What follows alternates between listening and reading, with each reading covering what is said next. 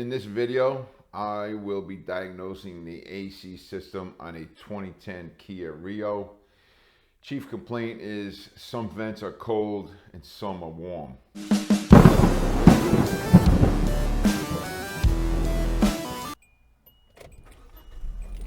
Turn the controls to max AC. AC button's on. High fan, and it's on cold. To check the AC vents and the temperatures, I will be using my temp meter with the probe. Right now in the car it's 101 degrees.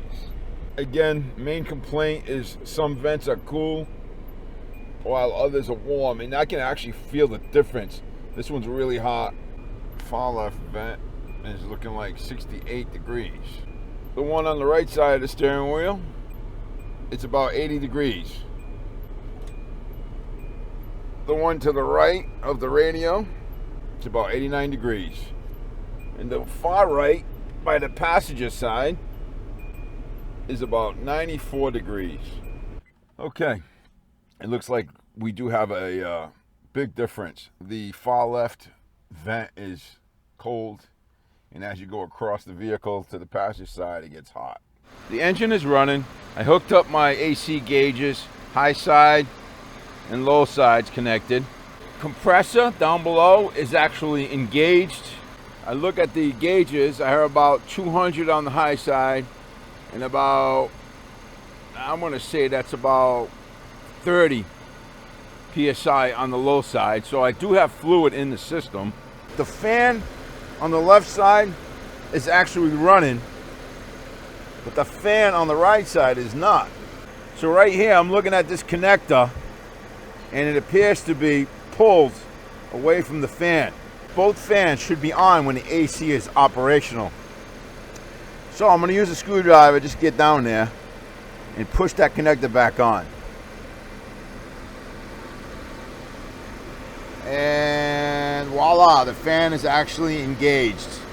So now I have, yep, both fans are working and pulling heat. Let this run for a bit.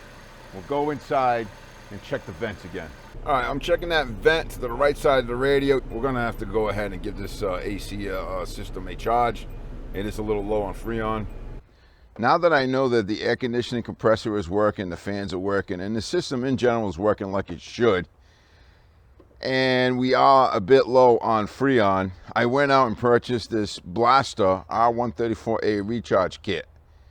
And it comes with stop leak. It's got its own gauge, it's got its own hose, and the directions pretty much tell you how to use this.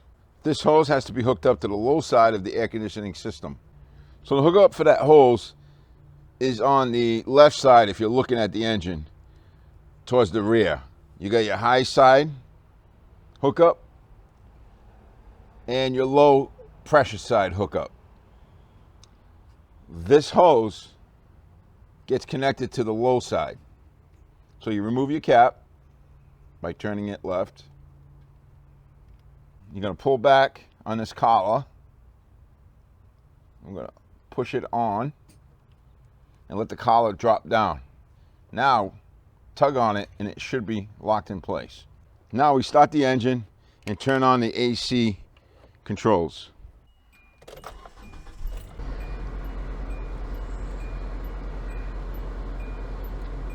On the back of the can where the instructions are, it'll show you a chart for ambient temperature and what the low side pressure should be. Right now, I'm running 30 PSI on the low side. Ambient temp I'm reading is 95. So we go to the chart and it says 95 or above, I should have 50 to 55 PSI on the low side. I'm gonna shake this up a little bit, mix up all that Freon with that stop leak. You're gonna turn this to the unlock position. I'm gonna push it down.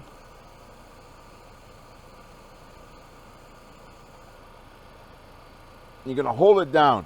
And what that's gonna do, it's gonna insert Freon into the system.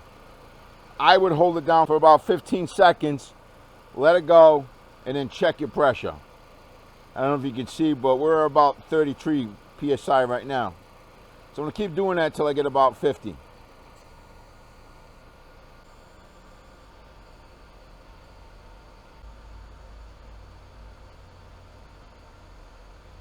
If you want it to fill faster, just tip the can upside down and push the button.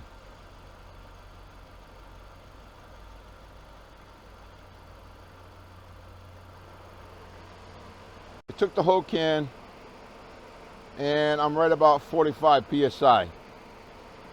I am not going to add any more to the system. We're going to go ahead and check the vents and see how cold they are. Before I do that, I'm going to put this in the lock position, and I am going to remove the hose. So we're going to pick up this collar and it should pop right off. Put the cap back on, and your line should be cold and sweating by now. The air temp as of this moment is 96 degrees out here today. The AC vent on the left is putting out 73.2. Now let's check the other vents. On the right side of the steering wheel, it's putting out a 67.5. Now it could be because the system is running and the car's getting cooler. The vents will come out colder. That is definitely good. This is the vent to the right of the radio, and we're getting about 70 out of that one. If you remember, that was the one that was really hot. Now it's going down to 68. So it's really good. The one all the way to the right by the door, we're looking at a temp of 69, 70. Okay, what's pretty cool about this system they have here, it comes with these white clips, and those, you just pop them off of here. You put them on the vents and they turn blue. If they turn a dark blue, that means you got the right temperature. The other thing is once the can's empty, you can unscrew the can.